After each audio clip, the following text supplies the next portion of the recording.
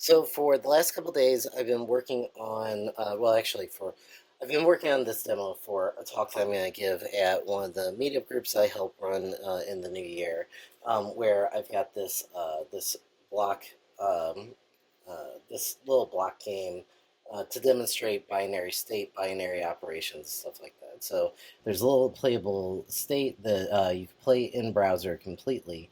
And what I've been doing, because why not, has been starting to fit in an ESP32 and a capacitive touch controller to uh, represent the blocks to basically be able to touch one of these and generate a block on the screen. I'm using the ESP32's wireless capabilities and WebSockets to relay the information from the microcontroller down to the browser through a server.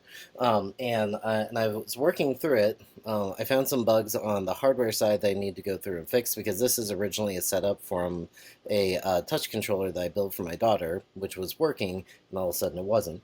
So I pulled everything out to a Cyrus breadboard and got the messaging working, and then this morning figured out the snag and the actual block rendering. So these pins right here are connected to the capacitive touch sensor. So when you touch one of these, the sensor will detect whether or not it's a touch and register that in one of the 12 bits that represent the state. Um, so actually, if I take off this red breakpoint and just show, so this is one set of four, the second set of four, and the last set of four. And because we're doing WebSockets, because we're doing that live communication, the response is fairly instantaneous. We hit a game over because our player collided. So, but there was an issue yesterday where I would touch one of the pins, but the block wouldn't render in the correct row. I couldn't figure out what it was until this morning, and I wanted to point it out because it's I don't know. It's worth pointing out, and it's funny that it's a little error. So I've got this function on the browser side that pulls apart message data that we're putting together on the ESP32 and then relaying over. If we look at it on the let's see, let me clear all these outputs out. So this output is actually showing the information that we get from the ESP32 whenever we touch one of the capacitive touch pins. We have this 12 bits binary number that represents the touch or not touch state of each of these individual pins. So we touch the pin at the very end, which is why we see a 1 in this place. And we didn't touch any of the other pins, which is why we see the 0. So the way that I'm messaging, because I know that I'm going to have multiple kinds of controllers. There's going to be this controller that will be physical, but then I'm also going to build in like web controllers so that you could control one row for like from your phone. Like basically, you on your phone get one row that you can hit and generate a block on, and then multiple people can play together. Um, so I don't want to send up just the state. I want to send up the state and some meta information to say this is where it's coming from. So the way I do that is by shifting that 12-bit number over, and then adding onto it a new byte. So like 8 bits of information, and then this byte represents the type of controller that it's coming from. In this case, and it's totally arbitrary, it's just what I picked. In this particular case, it is the second controller that I built, so I'm just giving it a binary number of 2 as the type. So all that's put together, and that is relayed up to the web server, so there's output from the node server that I have relaying everything. Uh, and it's not manipulated here other than reading in the byte as a little endian, so that we could relay that down to the browser, and then is sent down to the browser. And I have a pause right here to show where the snag was yesterday. So this is that message that we're seeing. It's in decimal form, but it's the same message. If I do message to string with a base of 2, we could see we've got that 11-bit state, our 12-bit state, and then our 8-bit type. Um, So now that we have that, we know we need to pull it apart. So I'm using binary operations because the whole point of this presentation is going to be about binary operations. So if we look at the type mask that we have, which is 255, that as a binary number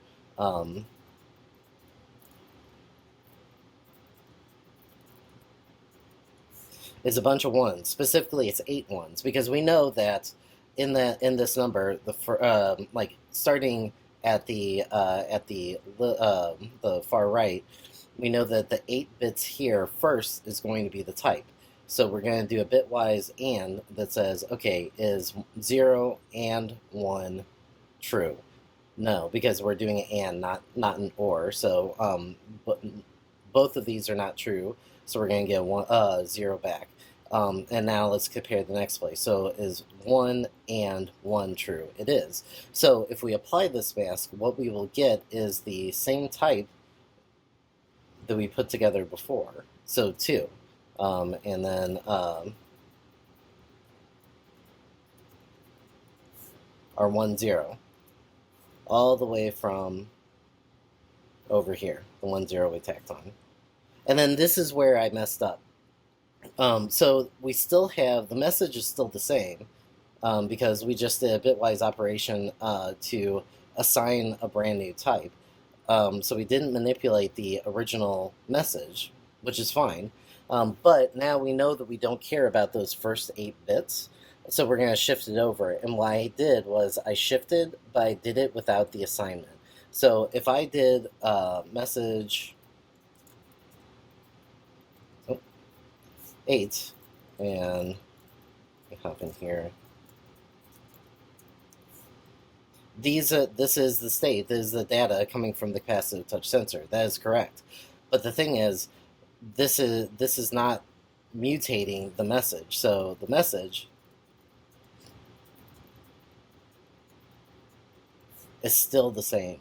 I forgot to put the assignment here. This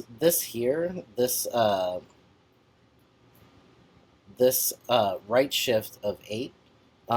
If we wanted to do the assignment version, this would say right shift it 8 bits and then put it back into message. This is the same as saying message equals message shifted over 8 bits and then assigning that back to itself. It's just a little bit easier to read if it's doing the shift assignment. So I put that equal sign in. And now, once it's shifted over, we see our message has changed. And it's just the touch state that we want. We know that that is the data. Now we have the type and the data separated out. We can return that to, actually let's step over so that we can see. We can return that, destructure it over here. And then right now I've got just kind of like a messy switch statement that says, okay, look at the type. Is the type the add the single brick, which is coming from one of the other controller types? No. But it is the touch controller state, which is, if we hover over here, so the touch controller state is 2, which we know is our binary representation. And now we can go through and start looping through and saying, okay, which one of these columns is actually where we rendered one of the brick rendered. It's the very last column, so we could put it there. So now with that fixed,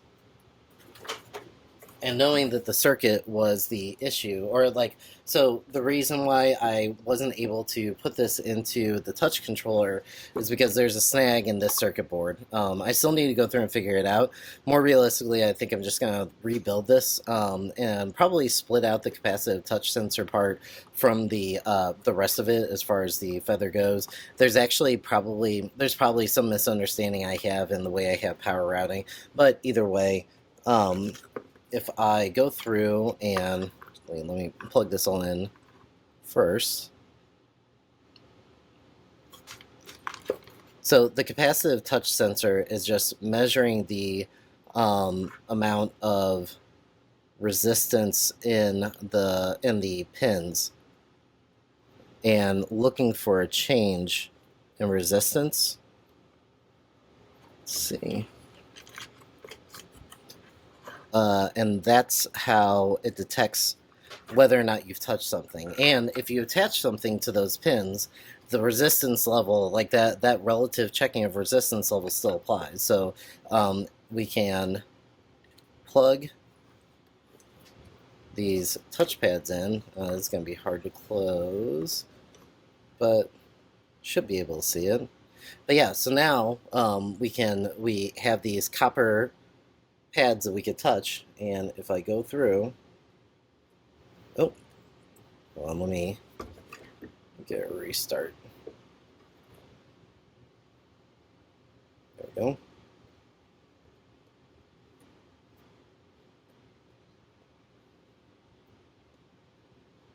So now we have the state being relayed from our microcontroller on a more touch-friendly surface. And the cool thing about doing this and sending the state up as a binary number and then parsing it that way is that it allows us to support multi-touch, because you're sending up that state number. So if I touch 3 of these at the same time, oh, let me open the serial monitor.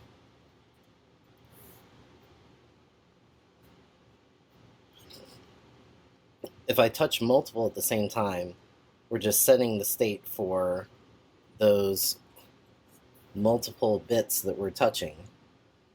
So essentially, when you send that binary over, you're sending the state of the entire board every single time. And you can parse that, and now you have multi-touch in your little web game. There's probably some delays that I need to go through and adjust.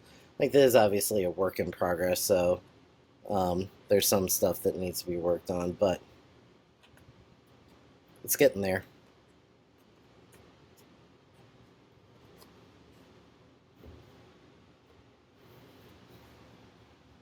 That's it.